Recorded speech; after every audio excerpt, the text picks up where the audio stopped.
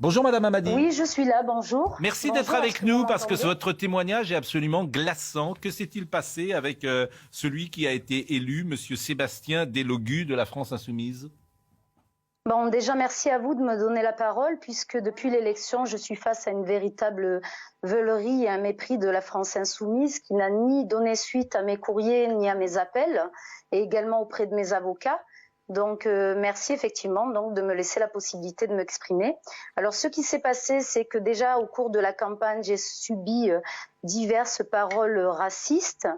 J'ai vu les responsables de la NUP, en l'occurrence de la France Insoumise ici à Marseille, qui effectivement ont utilisé une technique illusoire de virer les personnes qui ont tenu ces propos-là, mais ça n'a été qu'illusoire, puisque passé le premier tour, ces personnes ont été réintégrées.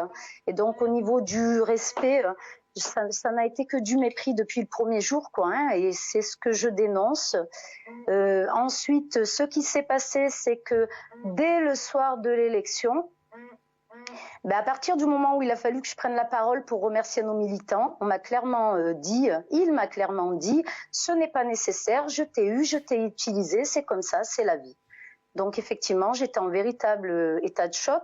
Je n'ai même pas pu savourer une once de victoire. Je suis rentrée directement chez moi.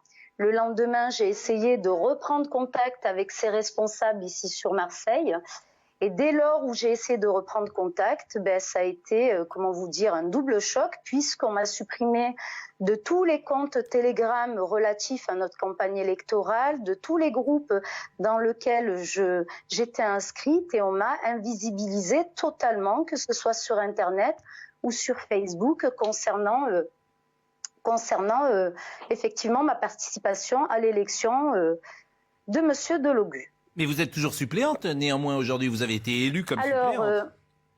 Écoutez, je suis élue comme suppléante. Si vous allez sur le site de l'Assemblée nationale, effectivement mon nom apparaît, mais il n'y a que ça qui apparaît. C'est-à-dire que je suis dans un silence total. Je ne sais même pas quel est le suivi de ma fonction, puisque à ce jour nous avons essayé d'entreprendre différentes sortes de médiations. Je rappelle juste que je ne souhaite pas jeter du discrédit à la gauche, puisque je suis une militante active et engagée sur mon secteur, reconnue auprès des habitants, et c'est ce qui m'a effectivement freinée à dénoncer ces agissements. Au départ, je cherchais à avoir justement un dialogue, une médiation, mais j'ai reçu que des fins de non-recevoir. Mon directeur de campagne qui me soutient a essayé également d'entreprendre des discussions auprès de son parti politique, puisque je suis représentante de la société civile, et malheureusement, malgré son expérience qui prévaut et sa notoriété, lui également a reçu des fins de non-recevoir. En lui disant, elle est sans parti politique, le soufflet ne prendra jamais, qu'elle fasse ce qu'elle a à faire. Ils n'ont pas compris que c'était dans leur intérêt que cette affaire ne s'ébruite pas. Bon, deux choses. D'abord, évidemment, votre témoignage, on attendra bien sûr la version de Monsieur Delogu, Sébastien Delogu, hein, bien sûr, il faut toujours entendre les deux témoignages. Ce que vous dites nous apparaît absolument sidérant.